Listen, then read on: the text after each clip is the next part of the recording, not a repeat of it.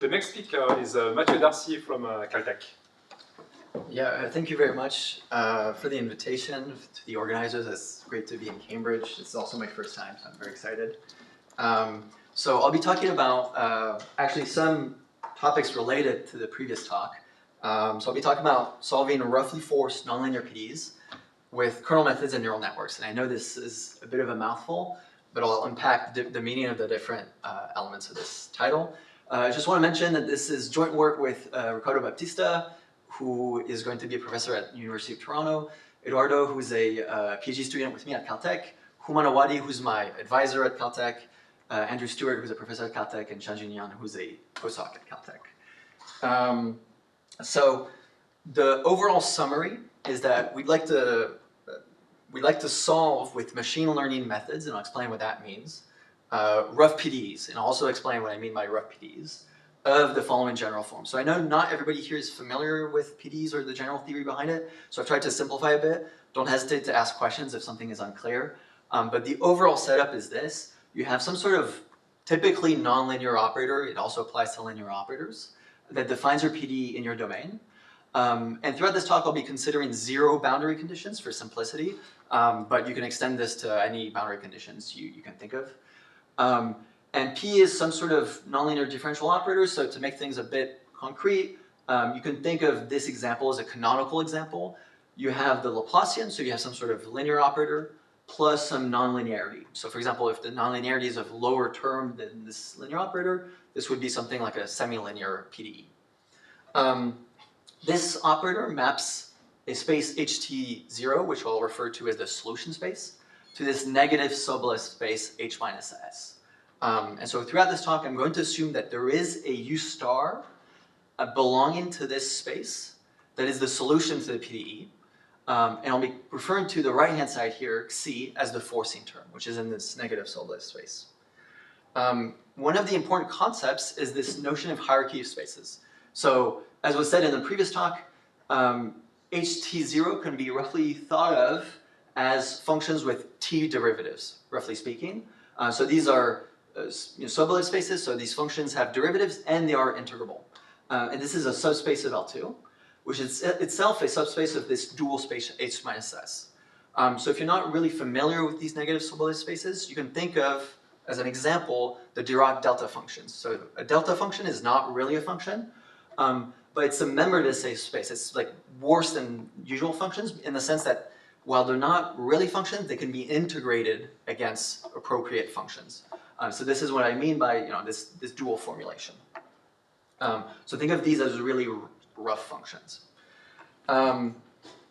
Solving this problem is difficult for 2 main reasons. The first is that the forcing term on the right-hand side here is not an L2. So this is what we mean by a rough PDE.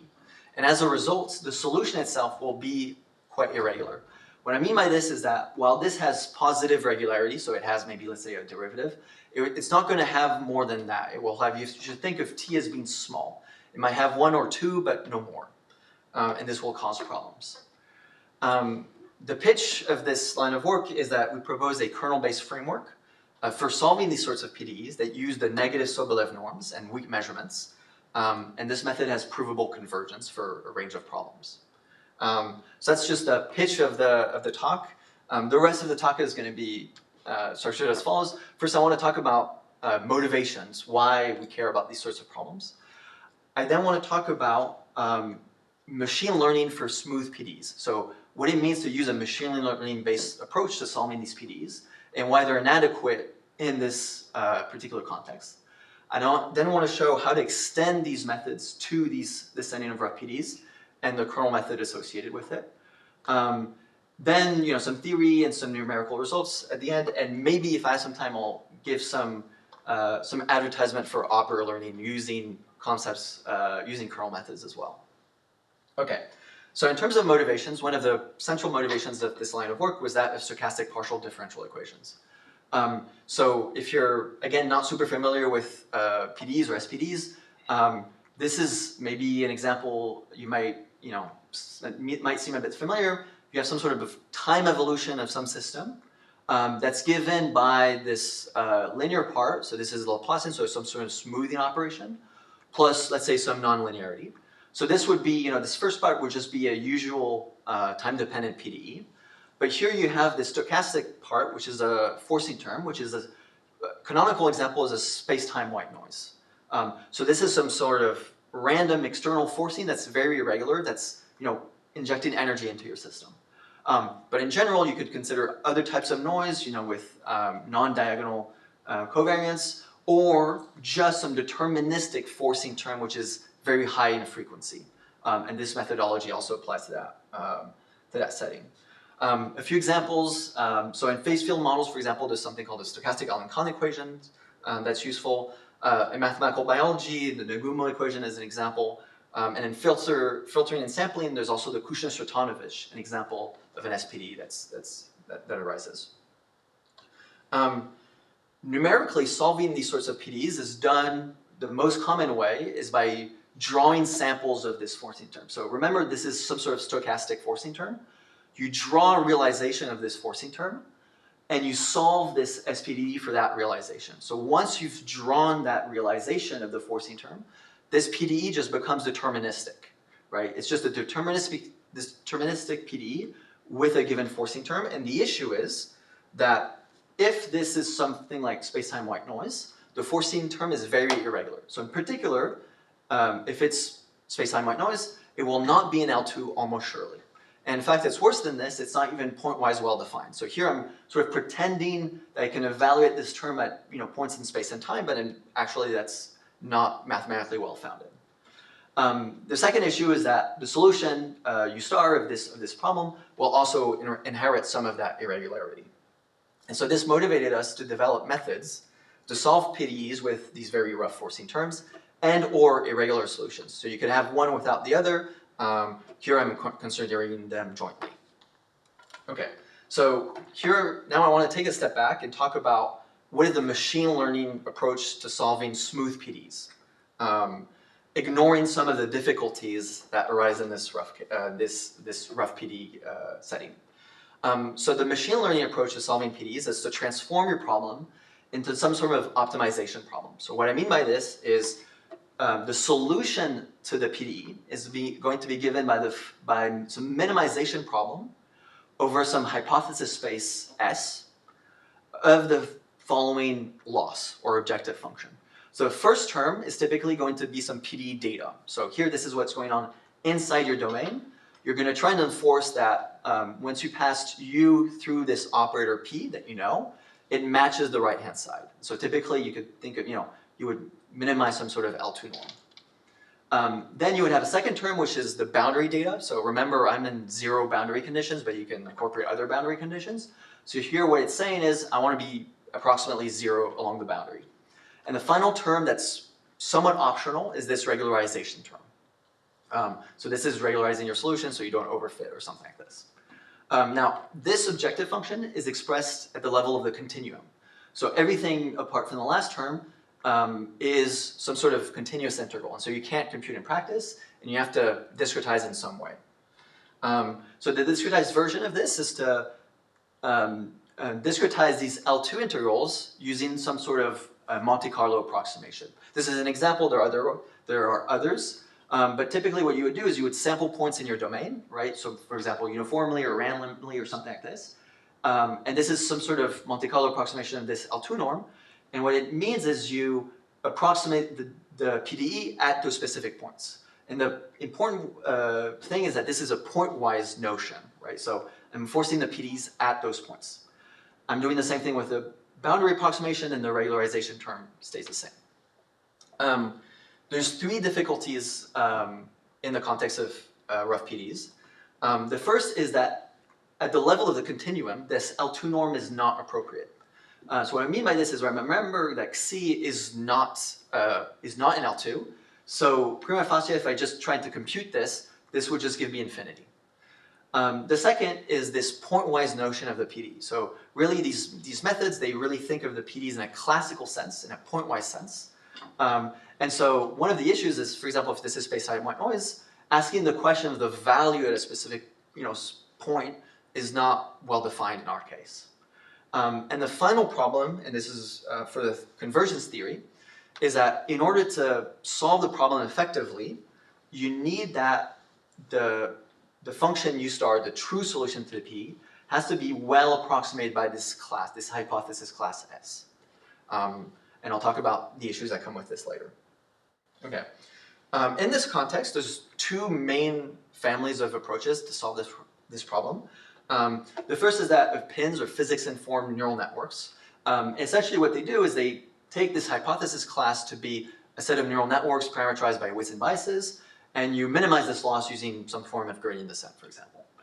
There's a second class of approaches which select this hypothesis space to be a reproducing kernel Hilbert space. And so this is the kernel method or Gaussian process interpretation approach to this problem. One thing that's interesting is that typically for the neural network approach, this regularization term will disappear, so you won't have a regularization term. But for the kernel method and Gaussian process approach, the regularization term becomes the RKHS norm. And turns out that in the setting, the RKHS norm will play a big role in ensuring convergence. Okay, so I'm going to focus on the RKHS approach because theoretically it has some very nice properties. I will just say that much of what I'm going to talk about, at least computationally, extends to the neural network approach. It's just that you will lose some of the guarantees that we can get with kernel methods. So the RKHS approach, one of the proposed frameworks was given by this paper. And one of the, I'm going to focus on the reproducing kernel Hilbert space perspective, but you should also note that this can be interpreted in a Bayesian perspective, which is that you fit a map estimator of a Gaussian process. So heuristically, this is essentially the likelihood of your data, and this is your prior, and so this is a negative likelihood essentially. This is a map estimator. Another thing that's nice with kernel methods is that linear constraints, for example, boundary conditions, can be imposed exactly. So here I'm lying a bit in presenting the loss because it's simple to understand. But in practice, typically you would impose boundary conditions exactly. So there would be a constrained optimization problem. And this is really easy to do in the kernel framework. And in my experience, it improves stability greatly. Another thing I'll also say is that if your operator P has a certain structure, for example, convexity, because kernel method is linear in function space, then this is also preserved. So you also get much stronger convergence guarantees for the optimization problem. The neural network approach, even if this operator P is linear, it's going to break that. So you're going to end up with a non-convex problem to solve, and this can be quite difficult in practice. On a theoretical level, there's also some very nice properties of kernel methods. There's provable convergence, but here there's an important caveat, which is that this true solution must belong to the RKHS. So this previous work here showed that you can get convergence, but it really assumes that the true solution belongs to the RKHS. You also get some error estimates, again, under the same assumption. And again, there's a Bayesian interpretation that provides UQ, which I won't really talk about, but it's there. Okay, so now I've presented how we would solve PDEs using this sort of machine learning and kernel method approach. I just want to recap some of the issues that come with it in the setting. So the first one is that the L2 norm is not appropriate. Remember, the right-hand side is not an L2. It solves implicitly, or explicitly, the PDE in a pointwise manner. Again, that's not justified in our case. In fact, there's many other cases where solving the PDE pointwise is not a justified thing, and people don't do this in practice in the theory of finite elements. And the final point is that, and this is specific to the previous slide, is that convergence theory, previous convergence theory, requires the true solution to belong to the RKHS. So if you look at this little picture I have here, this is what the previous theory had. You have this RKHS, this is your hypothesis space. This is the solution space, and the solution space is contained in the hypothesis space. We typically won't have this for these sorts of problems. So the solutions we propose are really in 3 steps. They solve each of these points independently. The first is that we replace this L2 norm, which is not appropriate, with a negative Sobolev norm. The second, we propose an approximation of this negative Sobolev norm using weak measurements. And so we won't be solving the PDE pointwise. And the final point is we will get convergence results of the method even without the true solution belonging to the RKHS. And so this addresses the problem of misspecification. What happens if your hypothesis space is not well specified to your problem? Okay, so the novel approach we have is very simple conceptually. It's just proposing that we change the objective function that was in the previous slides. So here everything is essentially the same. The only thing that's changed is that instead of having an L2 norm, I'm going to use a negative Sobolev norm. And again, everything here is formulated at the level of the continuum, right? So you can't compute with this in practice. You need some way of discretizing. So you have to discretize this problem. And for this, we're going to discretize using some sort of finite element basis or some sort of test functions. One little thing I'd like to point out is that here I'm writing argmin, implying that there is a minimizer to this problem. You shouldn't believe me, but it turns out it is true and that you can prove that there is a minimizer to this problem. But this is also something you have to address.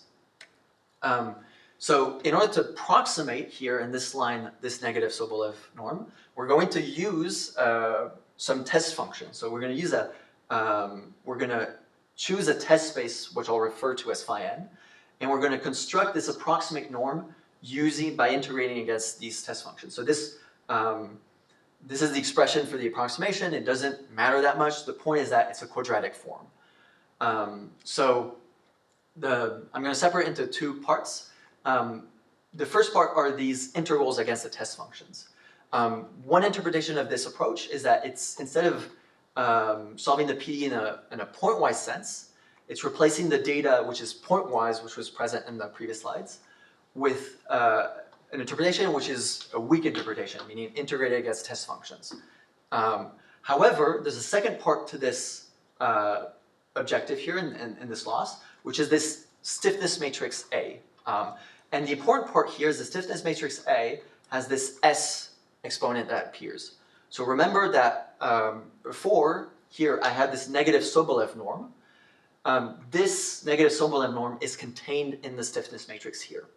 And so you have to separate between these two things, between the use of the test functions and the norm that you're using. And it turns out both of these things are important. Okay, so now, unless there are any questions, I want to talk about the theory that comes with this approach. So the theory is really specific to the kernel approach, but the computation is not. So in principle, you can do everything I've showed before by using a neural network, right? So you could replace this this RKHS here with a space of, with a neural network and optimize over this. And I'll show some numerical examples that do this. But the theory is really for the kernel approach. So we would like our numerical solution, which I'll denote as U gamma mn. So here there are three terms. Gamma is the regularization, which is very important. M and N are the measurements you have. So measurements on the boundary, and N are the measurements within the interior of the domain. So they're the PDE measurements. But these really can be considered to be the same thing. And we would like it to converge in some appropriate sense to the true solution as we let the number of measurements go to infinity. Oh, and I forgot to say that also as the regularization goes to 0. The main difficulty in proving this is this problem of misspecification. So here, to go back to my little cartoon, I'm no longer going to assume that the solution space is contained in the hypothesis space. And the solution will not belong to the hypothesis space, in fact. It will have lower regularity. And so this is the problem of misspecification. However, this picture is a bit misleading because it sort of presents this as really contained in this space. But what's really going on is that there's going to be some sort of density argument. So this space is going to be densely contained in this space, and this is what saves you in terms of convergence. So there's two main questions. The first is, does our optimization problem have a minimizer?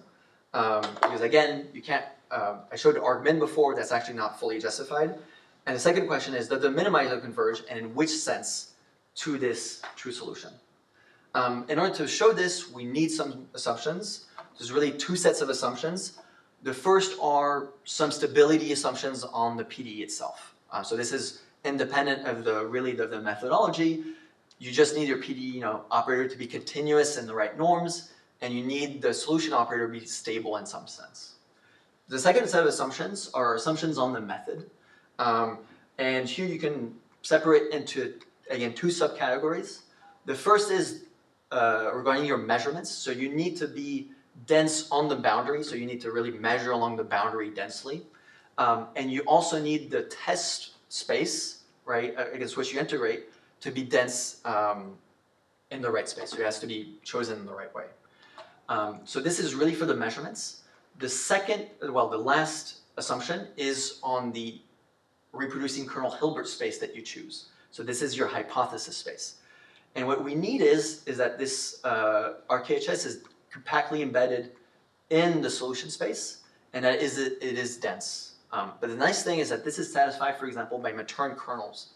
So essentially, this assumption is sort of easily satisfied by a large family of kernels that you might want to choose. Under these assumptions, there's really 2 main theorems to the paper. The first is that both the continuum and discretized problems admit a minimizer. So what I was showing you previously was legitimate. And the second theorem is that as you let the number of measurements go to infinity, and as you let your regularization go to 0, you get convergence in the solution space, so in the solution norm to the true solution. And again, it essentially doesn't matter which RKHS you choose for this hypothesis space. Okay, so I have a tiny bit of time, so I'm going to go over some numerical results. So this is an example of a semilinear PDE. So the PDE itself doesn't really matter. It's, there's a Laplacian, there's some nonlinearity. What matters more is this right-hand side, so the forcing term. So here, this has the regularity of a space-time white noise, or in this case, just space noise. So here, as you see that it's highly oscillatory. And this is the solution, and you can also see that it has some sort of irregularity. So I believe this will have 1 derivative, but no more. This is what happens if you solve the PDE in a pointwise sense. Okay, so here the relative L2 norm that you get is about 1. So essentially what this says is the method fails completely because you're better off predicting 0 compared to this. This is exactly the same kernel, everything is exactly the same. The only thing we've changed is to use this negative Sobolev loss. And here what you get is you get 2% relative error. So what this shows is that really just changing the objective, the objective norm makes a big difference without any other change to your approach. One other thing that's quite interesting is that in practice, something like space-time white noise is so here I put a negative because what happens to space-time white noise is that it doesn't belong to h-1, but it belongs to everything that's less regular than h-1. So there's a sort of boundary, and it can never reach the boundary. One thing that's interesting is that there's sort of 2 regimes. In the first regime, you use a norm that's too strong for the noise, and what you'll see is instabilities in your solution. So here, this is what's represented by this s equals 0 and 0.5. And in this case, you'll get 10% error with the kernel method, and even 50% error with the neural network. Here, 1 is a sort of boundary between the 2. Remember that space-time white noise doesn't belong to this boundary. And so your error goes down, but it really goes down when you cross the boundary. And so you really see a stabilizing effect once you cross this boundary, especially for example, for the neural network approach. Well, you'll halve your error by crossing the boundary. And when you use a norm that's very weak, so you increase S, what you'll do is you'll start over-smoothing the solution. So your error will go back up. So essentially, there's sort of 2 regimes for this sort of problems. There's the regime where the norm is too strong. In that case, you'll have instabilities in your solution.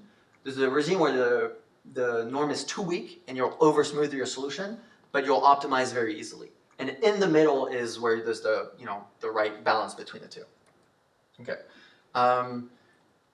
Just an example, this is a time-dependent PDE. This is just to say that we can also do time-dependent PDE, so this is stochastic Alencon. So in conclusion, so we propose in this paper a kernel-based framework for solving PDEs with irregular forcing terms. On the theoretical level, we've extended machine learning solvers to PDEs with norms that are weaker than L2. We leverage the RKHS structure to provide theoretical guarantees for these of convergence for this method. This applies to both linear and nonlinear PDEs, so it's very flexible. On a computational level, we provide an efficient approximation of the negative Sobolev norm, which is necessary for the approach. Numerically, it's effective for both kernel methods and pins.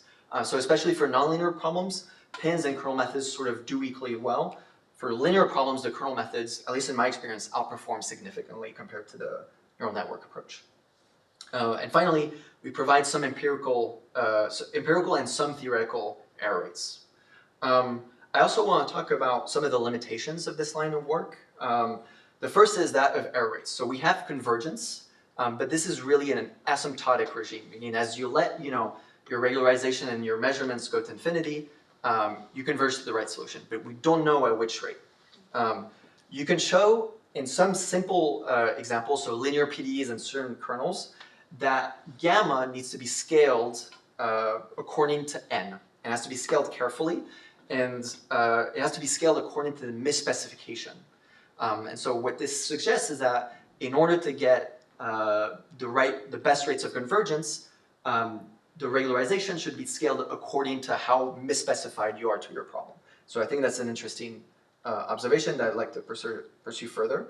And the final limitation is that computationally, the use of test functions can be very expensive. And I think it would be interesting to pursue, and I know in the pin world, they've also pursued this, ways to accelerate this sort of approach. Okay, I think my time is up, so I'll stop now.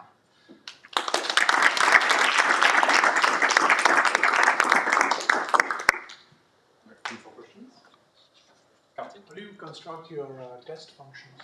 Right, so in this case, it's kind of up to you. There's no specific test functions you have to choose.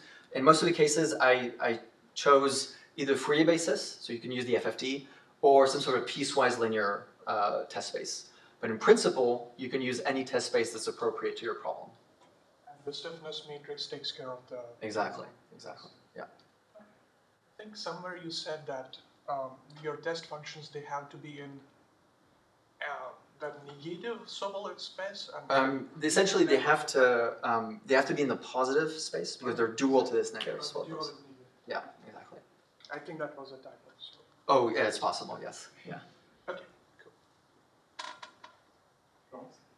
So thank you very much for the talk. So yeah, you're solving problems that are close to a literature and let's say classic functional regression with kernels. And so I want to ask you about the convergence rate. If Right. you want to go further, Yes. do you think that you will need to have more assumption about covariance operator? And okay, let's say I suppose that we have attainability for some. Yeah. And in the let's say more classic problems of just regression, we have assumptions about a covariance operator, and it makes life easier. Yeah, so I think you will need assumptions for the covariance operator. So this little calculations I did really assume that the covariance operator is well aligned with the right Sobolev norms, essentially. So there's a paper by Andrew on this where basically they weaken some of these assumptions, but essentially what it means is that the covariance operator has to play well with the norm under which you converge. I think it's not possible to lift that assumption. I believe you can find counterexamples or construct counterexamples that would do this. I think what's sort of interesting is that you can then, in gamma, that relation between the covariance and the norm you're convergent into starts to appear in the Misspecified case. So if you're well specified, you can show that it doesn't appear.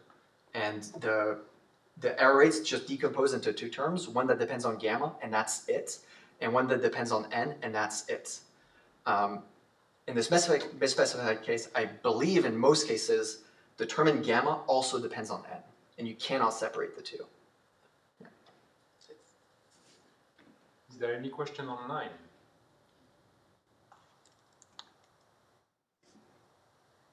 So just building up on the question on the error rate, you spoke about the RK-Hedges picture.